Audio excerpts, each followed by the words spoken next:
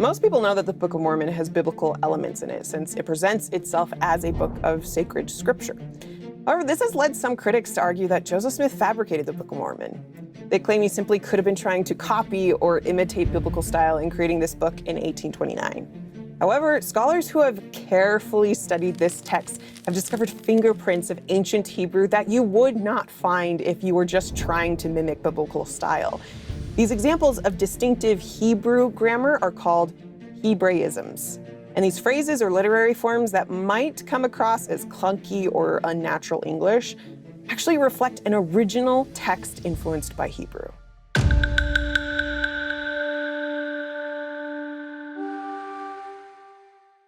Non-Latter-day Saint scholars have used Hebraisms to date and identify ancient Hebrew texts that we only have in more modern translations, like the Book of Mormon. For example, the Apocalypse of Abraham is a text that only exists in the language of Slavonic during the medieval period, but it contains peculiar Semitic grammar and little quirks here and there that help scholars determine that this text was actually ancient and originally written in either Hebrew or Aramaic. So by applying these same scholarly methods to the Book of Mormon, we can see if it holds up as an ancient record that claims to be written in the learning of the Jews. There are over a dozen types of Hebraisms, and the Book of Mormon has hundreds of examples of them. But here are just 5 types of Hebraisms in the Book of Mormon that I find particularly compelling. Mark Twain made fun of how many times the Book of Mormon says, "and it came to pass." In addition to calling it so boring it was like chloroform in print, he joked that if all occurrences of that phrase were taken out of the Book of Mormon, it'd be nothing more than a pamphlet. To his point, the Old Testament only uses this exact phrase, "and it came to pass," about 300 times, while the Book of Mormon uses it over 1,000 times. The truth is, though, this phrase in Hebrew shows up way more than the King James translators of the Bible let on. The phrase "and it came to pass" in the Hebrew Bible is vayahi. And this is a very common narrative marker that helps to separate different sections of a story and move along the storyline in a language where you just don't have punctuation. The reason this exact phrase doesn't show up as much in the Bible is because in English, this repetition of this phrase over and over comes across as tedious and boring. So when the King James translators came across this construction, they had various ways to render it, such as "and it happened," "and it was so," "when," "thus," just "and." And when we count up all of these instances of the Hebrew phrase vayahi, it actually does show up in the Hebrew Bible over 1,000 times, just like the Book of Mormon. So this excessive use of "and it came to pass" sounded like bad English to Mark Twain because it's not English, it's Hebrew. In English, when we want to emphasize an idea, we tend to modify it with adjectives. To use a somewhat gruesome example, if we wanted to communicate that there was a lot of bloodshed, we might say that there was horrendous or so much or a crazy amount of bloodshed. But in Hebrew, when an author wants to emphasize or amplify a noun, they'll sometimes make this noun plural. So in this case, a Hebrew author might say there was bloodsheds with plural S. For example, after Cain killed Abel in Genesis, the Lord said that Abel's blood cries from the ground. The King James translators rendered this word as blood singular, but when you look at the Hebrew itself, the word for blood, dam, is in fact plural here. In other words, bloods. And we see this exact pluralizing of unexpected nouns in the Book of Mormon. So, for example, the text says, "As one generation passeth to another, there shall be bloodsheds," with that plural S to give it extra weight. Another example is when the prophet Jacob preached that the Lord would teach us through his great condescensions unto the children of men. And later the Book of Mormon says, "The servants did go forth and labor with their mights." So what at first sounds like, to us, clunky and unrefined English, it's actually a hint that this text doesn't come from English, but was rather influenced by Hebrew. In English, we have pretty standardized practices to let people know when we're quoting someone. We'll put quote marks around the sentence, or maybe even include a full citation or footnote where they can find the original source. Not so in ancient Hebrew, where they didn't have punctuation and didn't have the same mentality around using other people's words. In 1955, over 100 years after the Book of Mormon was published, scholar Moses Seidel noticed a pattern where a biblical text would quote an earlier passage by reversing the order of the words. Over and over, he saw that these prophets were inverting these quotations to let the reader know that they were drawing on an earlier source, kind of like English quotation marks. In biblical studies, this pattern has become known as Seidel's Law. The prophet Ezekiel wrote, "And the tree of the field shall yield her fruit, and the earth shall yield her increase."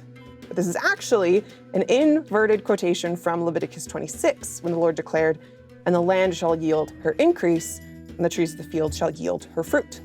In the Book of Mormon, Alma asked the people of Zarahemla, "Can ye look up to God at that day with a pure heart and clean hands?" And this is a direct inversion of the classic psalm from the Bible, "Who shall ascend to the hill of the Lord? He that hath clean hands and a pure heart." One could speculate that Joseph Smith simply messed up or forgot the precise Bible quote. But when you see this pattern occur over and over again, it becomes a lot harder to dismiss this as an accident, especially when the Nephite prophets are quoting each other internally. The final prophet of the Book of Mormon, Moroni, wrote what is now the title page, in which he described that part of the plates were a record of the people of Jared, who were scattered at the time the Lord confounded the language of the people when they were building a tower to get to heaven. When you go through the text carefully, you actually discover this is an inverted paraphrase from the words of an earlier prophet in the Book of Mosiah, where the people discovered an account of the people who were destroyed, from the time that they were destroyed back to the building of the great tower, at the time the Lord confounded the language of the people, and they were scattered abroad upon the face of all the earth. So by flipping the order of these elements, Moroni may have been subtly referencing this prophet's earlier statement. These inverted quotations are examples of unmistakably ancient literary forms that sure would have been difficult to fabricate, considering that this feature of the Bible wasn't known to modern scholars until the 1950s.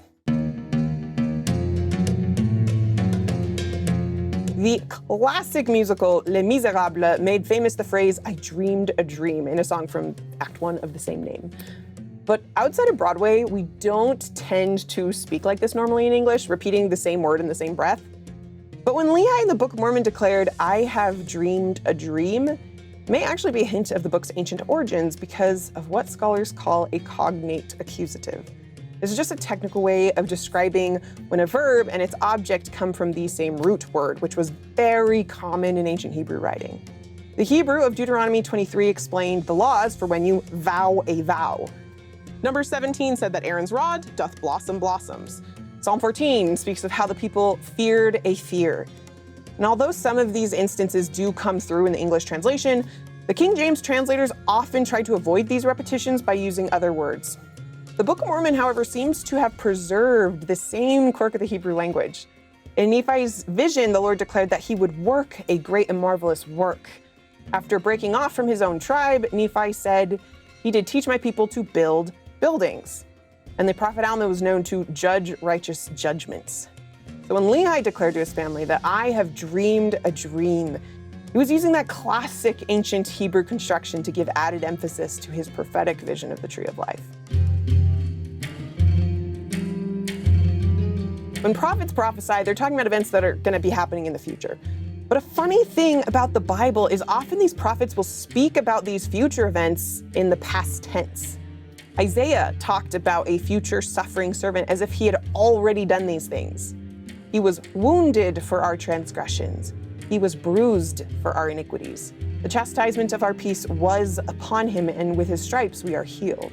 The idea here is that these ancient prophets had seen so vividly and were so certain about these future imminent events that to them it was as if they had already happened. And this is exactly how the Book of Mormon portrays prophecy. The prophet Jeremiah explained that during his day, to look forward unto the Messiah and believe in him as though he already was. Before Lehi had traveled across Arabia or the oceans, he prophesied, "I have obtained a land of promise." When Nephi spoke of Jesus Christ's future ministry, he said after he was baptized with the water, the Holy Ghost descended upon him in the form of a dove. This is such a counterintuitive way for modern English speakers to talk about future events, but it is right at home in the ancient world. Not a single one of these items is going to prove the Book of Mormon true. But for biblical and Hebrew scholars who have taken time to study this text very carefully, The frequent and varied use of these and a lot of other Hebraisms point to the Book of Mormon being heavily influenced by ancient Hebrew writing, or the learning of the Jews, as Nephi puts it. All of this combined is what led Rabbi Joe Charnas to conclude that there are Hebrew or linguistic Hebraisms in the Book of Mormon seems fairly apparent. If you're interested in learning more about these literary evidences for the Book of Mormon, I'd recommend watching this next video, which dives into this topic in a lot greater detail.